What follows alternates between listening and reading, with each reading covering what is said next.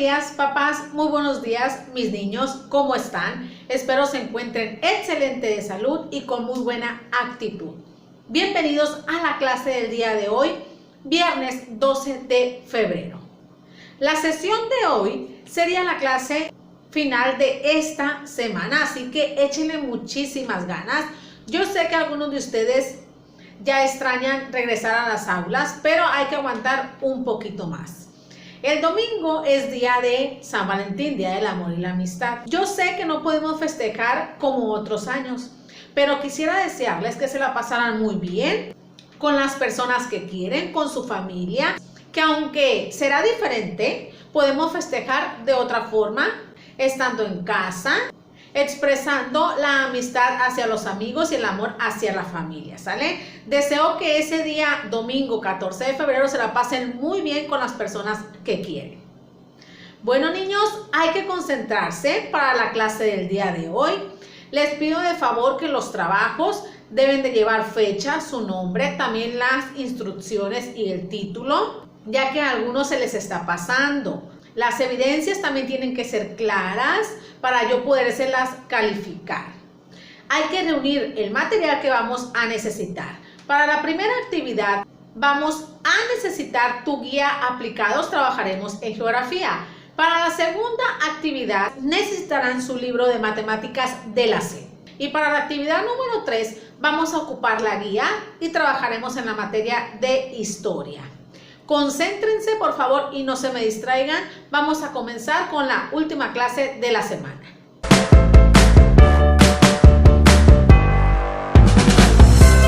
Vamos a iniciar con tu actividad número 1 en tu materia de geografía y recuerda que vas a necesitar tu guía aplicados. En esta ocasión estaremos trabajando el tema diversidad cultural de los continentes.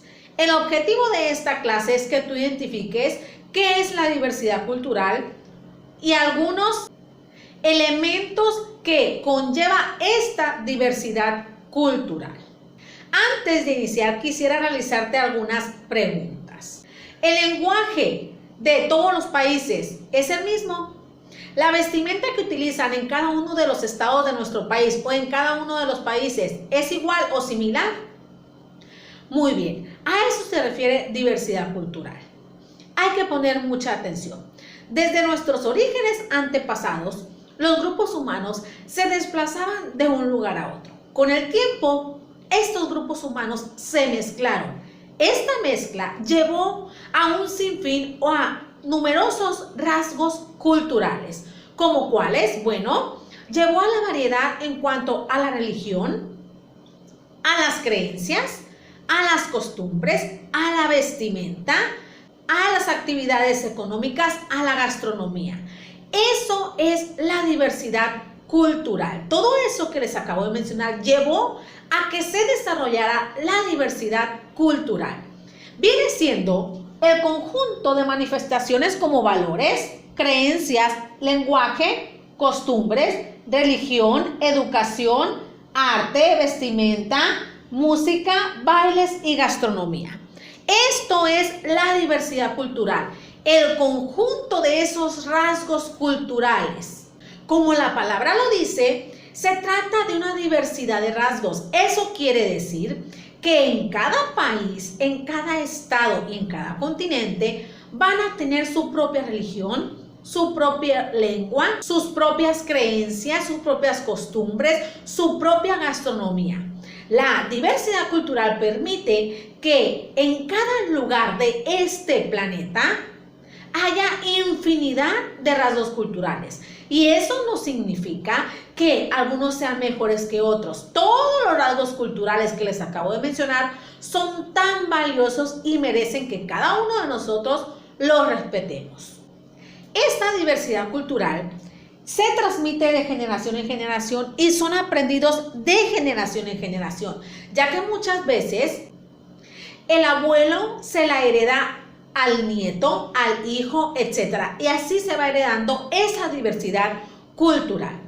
Pero, ¿qué elementos se deben de incluir en la diversidad cultural? En primer término, tenemos a las lenguas. ¿Qué son las lenguas o qué es el lenguaje? Es el idioma que utilizan las personas para comunicarse. Es la manera en que las personas expresan sus ideas. ¿Entendido? Entre los idiomas o lenguas que tenemos puede ser el español, el portugués, el inglés, el francés, etc. E incluso aquí en México hay más de 60 lenguas indígenas. A eso también se le conoce como lengua, lenguaje. En segundo término tenemos a las religiones. ¿Qué significan las religiones? Esta es una base muy importante de la diversidad cultural, ya que esta identifica a los lugares. Esta religión permite a las personas adorar a un Dios, expresar su fe. Por ejemplo, tenemos el catolicismo, el cristianismo, el budismo, hinduismo, entre otras muchas más. En cada lugar puede ser diferente religión. En tercer término tenemos a las costumbres y creencias. Esta se refiere a las festividades que realizan esa región y estas van a depender del lugar donde te encuentres. Cada país va a tener sus costumbres y tradiciones. Por ejemplo, aquí en México, una costumbre desde los antepasados es la del Día de Muertos. Esta es una costumbre muy arraigada de nuestro país. Pero en otros países también una costumbre muy arraigada es el día de Halloween. También son los carnavales, entre otras más festividades. A eso se refiere las costumbres y tradiciones, fiestas o eventos tradicionales de ese país. También entre los elementos de la diversidad cultural tenemos a la gastronomía. Estos son los platillos típicos de ese lugar. Cada uno de los lugares o países va a tener el propio. Por ejemplo, aquí en México se acostumbra mucho el pozole, el mole, entre otros. Pero en otros países el platillo típico son las hamburguesas, pasta, pizza, arroz, etc. Por eso les digo que también la gastronomía va a depender de la región donde te encuentres. Después viene también la música. Esta es algo característico de cada una de las regiones, ya que cada país tiene su estilo de música. Por ejemplo, aquí en México se utiliza mucho la banda, el mariachi, etc. Y en otros países se utiliza mucho el jazz, la marimba, entre otros tipos de música, el rock, etc. Posteriormente tenemos a las actividades económicas. ¿Qué se refiere con actividades económicas? Esta se refiere a los trabajos que realizan las personas y que esos trabajos vienen desarrollándose desde nuestros antepasados. Por ejemplo, la agricultura, la ganadería, el comercio, el turismo, son trabajos muy arraigados en cada región. Y esos trabajos vienen heredándose desde los antepasados, desde los primeros pueblos. Por ejemplo, aquí en México, la artesanía es un empleo muy antiguo, por lo tanto, ese puede ser un ejemplo de actividad económica de aquí de México, así como la agricultura y la ganadería. Otro elemento que se incluye en la diversidad cultural son los monumentos. ¿Qué son los monumentos? Bueno, estos son estructuras para conmemorar o venerar a una persona o algún acto o algún evento, ¿sale? Por ejemplo, aquí en México tenemos varios. Uno muy importante es el Ángel de la Independencia. En Estados Unidos está la Estatua de la Libertad. En París está la Torre Eiffel. En Perú está el Machu Picchu, ¿sale? Esa es una estructura muy importante. En China está la muralla china, en Brasil está el Cristo. Son monumentos que se utilizan para conmemorar algún evento, algún personaje o algún hecho y son muy importantes para cada uno de los países. Por ejemplo, aquí en Mazatlán, en la entidad donde tú vives, ¿hay algún monumento que se utilice para venerar algún personaje, algún acto o algún evento? Sí, ¿verdad? Tenemos varios. Entonces, estos son muy característicos de la diversidad cultural de los países o incluso de los lugares. Finalmente tenemos a la vestimenta. Esta consiste en la forma de vestir de esas personas y es muy característica de las regiones, ya que algunas regiones aún conservan esa vestimenta regional de su localidad. Por ejemplo, aquí en México antes se caracterizaba mucho por vestir con rebozo, como Adelita, y los hombres con traje de charro. En otros países también tienen trajes típicos. Eso es la vestimenta, la forma de vestir de las personas y que son tradicionales de ese lugar. Entonces, niños, eso es la diversidad cultural, los diferentes rasgos culturales que nosotros tenemos en cada una de nuestras regiones. Y esa diversidad cultural significa que va a ser diferente en todos los países, en todos los estados y también en todos los continentes. Pero cada una de esas diversidades culturales merece respeto. ¿Por qué? Porque son tan valiosas como la de nosotros. Así que hay que respetar la cultura de cada una de las personas. ¿Sale? Bien, ahora sí paso a explicar la actividad. No se me vayan hasta que escuchen lo que van a realizar, por favor. Se van a ubicar en su guía aplicados, página 239. En el punto número 1 van a observar el mapa que aquí les muestro sobre las lenguas más habladas del mundo. Y sobre eso van a contestar la pregunta que dice así: ¿qué lenguas se hablan en más países? Van a observar el mapa y se van a fijar cuáles son las lenguas que más se hablan en el mundo. Posteriormente van a contestar la otra pregunta que dice: ¿qué lenguas se hablan en más de un continente? Tienen que fijarse cuáles son las lenguas o los idiomas que se hablan en más de un continente, en varios continentes. Después de eso te vas a ubicar en tu guía página 240. Vas a observar las dos fotografías que ahí te muestran y vas a contestar las dos preguntas. La primera pregunta es sobre la primera fotografía. Dice así: ¿esa fotografía son manifestaciones culturales que solo se practican en un solo país? Vas a contestar sí o no y por qué. La segunda imagen también trae su pregunta que dice así: ¿cómo crees que esa manifestación cultural ha llegado de un lugar a otro? ¿Cómo crees tú que se ha transmitido esa manifestación cultural a otros lugares? Ahora nos pasamos a la pregunta 3. ¿Consideras positivo o negativo que estas manifestaciones culturales se difundan a otros lugares? ¿Consideras bueno o malo que se transmitan a otros lugares? Sí, no y por qué.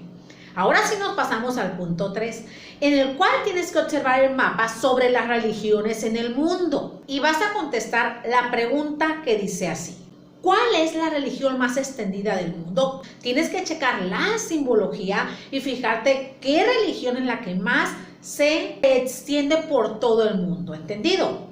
Esa va a ser tu primera actividad. Hay que estar concentrados, por favor, y tómate el tiempo que tú requieras para realizarla. Y cuando la termines, nos vamos a pasar a la actividad número 2.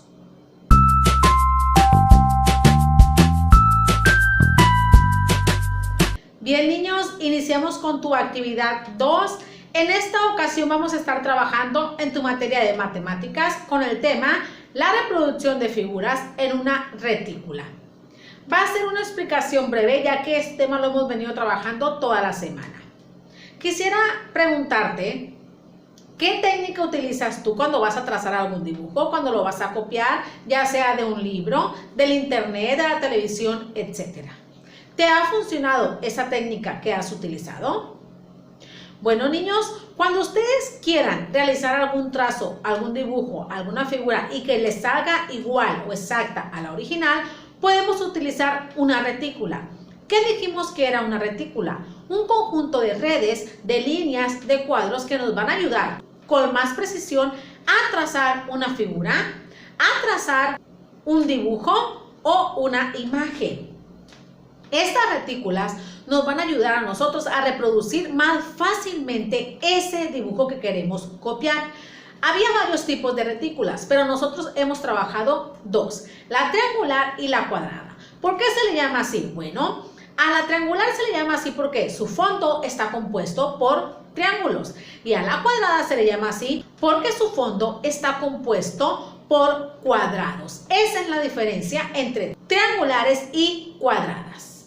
Estas retículas nos van a permitir a nosotros orientarnos sobre los trazos de esa figura y que ésta salga exactita. Pero ustedes me preguntarán, maestra, pero ¿cuáles son las sugerencias que usted nos puede dar? Bueno, aquí hay varias sugerencias. Primero, que ubiquemos en qué posición está el dibujo.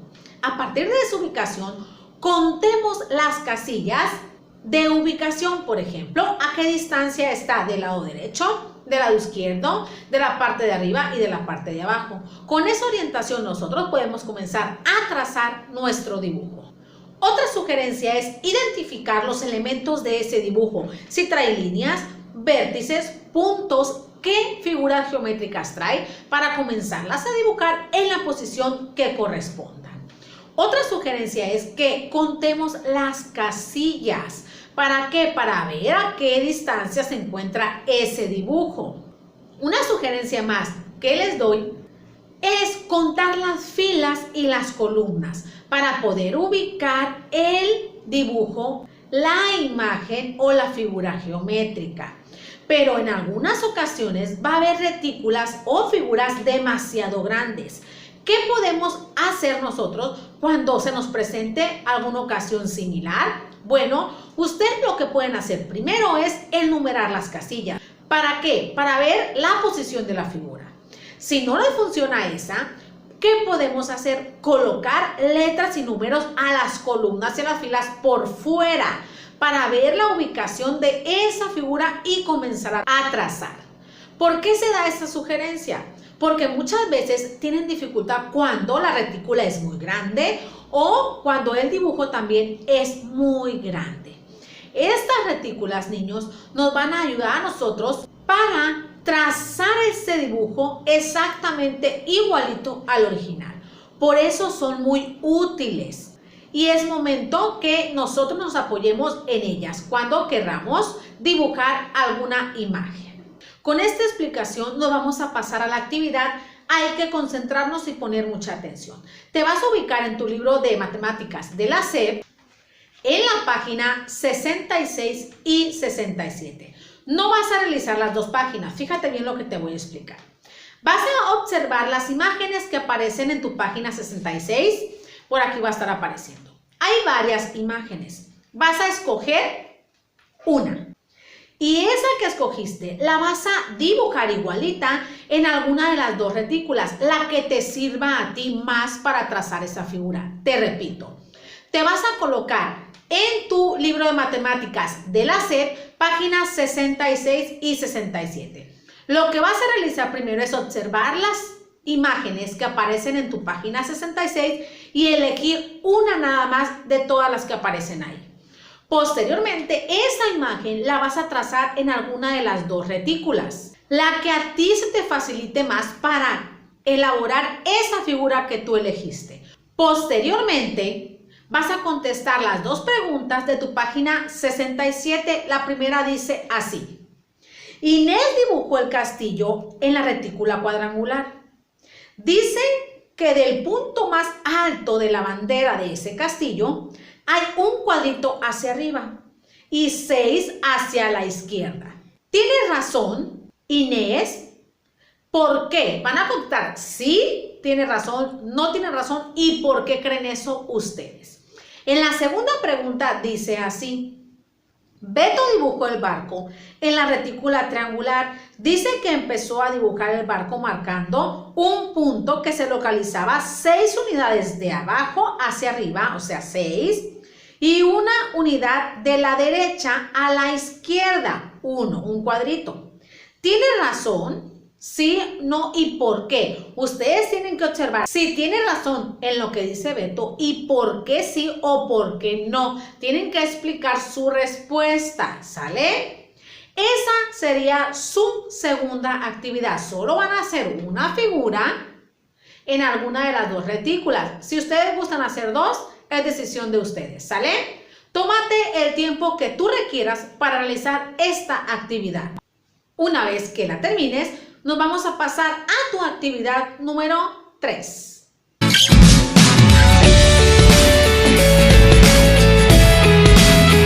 Excelente, niños. Vamos por su actividad número 3 en su materia de historia, para lo cual ustedes van a necesitar su guía solamente.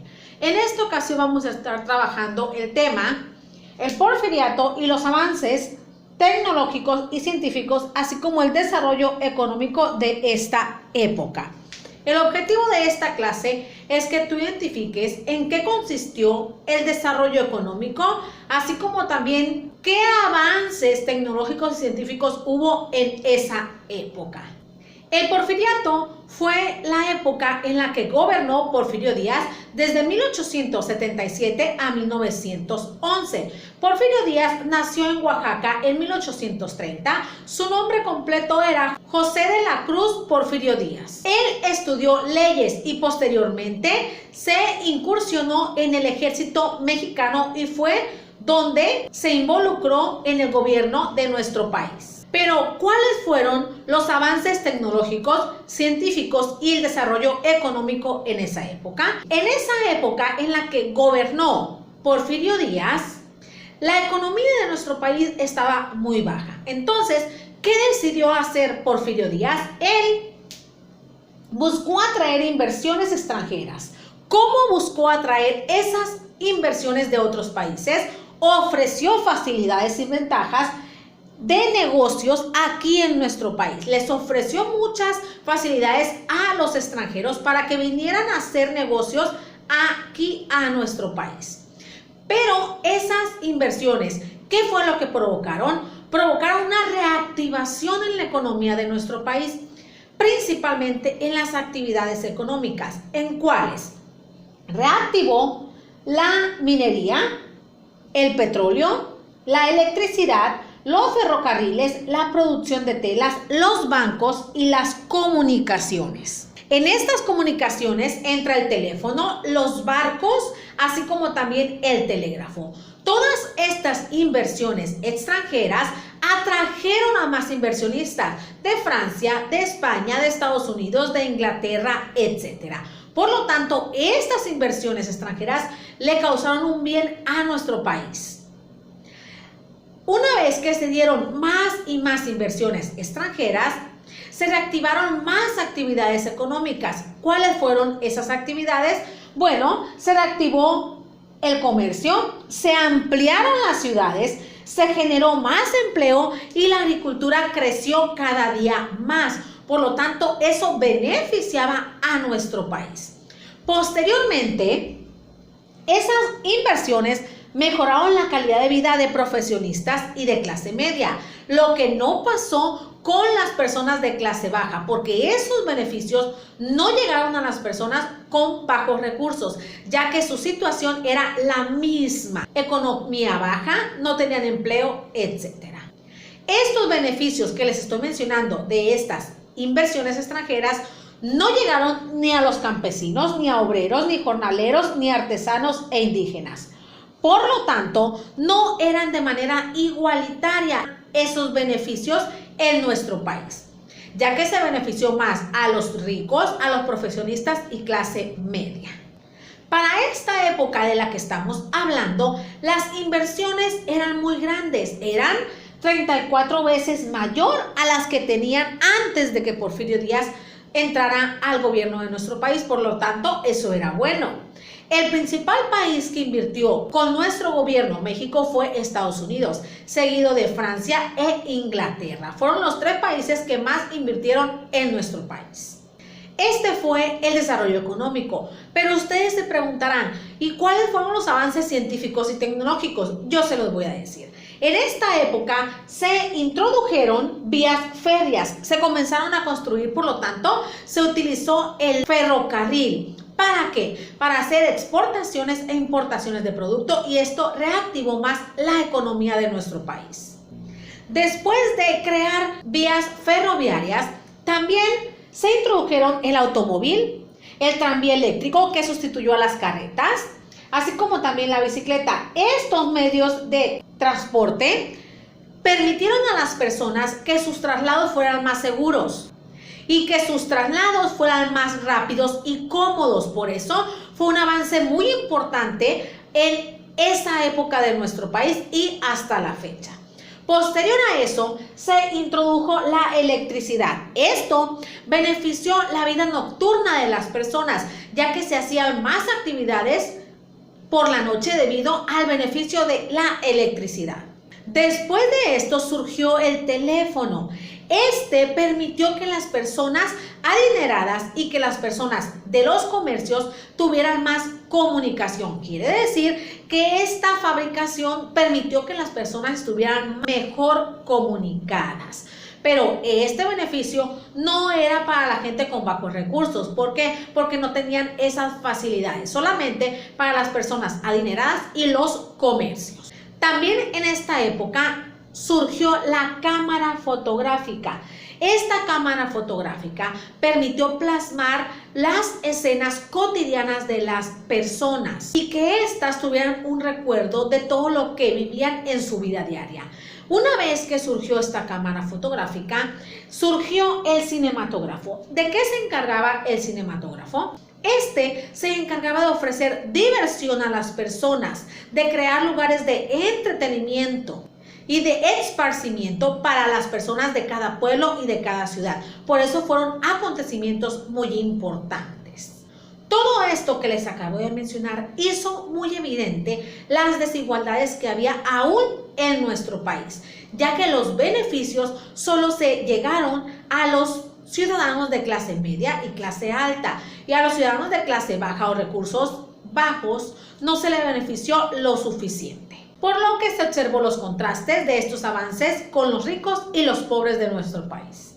Muy bien, niños, este fue el tema: el porfiriato, desarrollo económico, avances científicos y tecnológicos de nuestro país.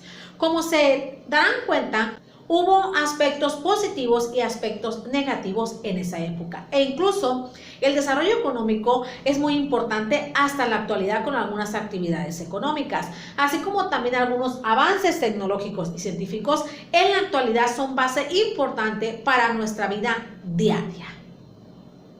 ¿Ok? Ahora vamos a pasar a la actividad. Hay que concentrarse y poner mucha atención para que sepan lo que van a realizar. No se me vayan, por favor. Para realizar esta actividad, te ubicarás en tu guía aplicados página 269. Lo que vas a realizar es leer el texto que ahí te muestran y completar el esquema. En base al texto tienes que colocar qué beneficios tuvieron esos avances científicos, tecnológicos y culturales que te muestran en cada uno de los recuadros. Tómate el tiempo que tú requieras para realizar esta última actividad. Bien hecho, niños. Han llegado al final de sus clases. Excelente, mis niños, han llegado al final de sus clases. Espero estas explicaciones te hayan servido para que puedas realizar tus actividades. Si tienes alguna dificultad, ya sabes que puedes contactarme y yo te ayudo sin ningún problema. Espero tengan un excelente fin de semana y disfruten el día del amor y la amistad con las personas que más quieren. Cuídense mucho, les mando un fuerte abrazo y un beso de parte de la maestra Lisbeth, que los quiere y los extraña. Nos vemos el día lunes. Bye.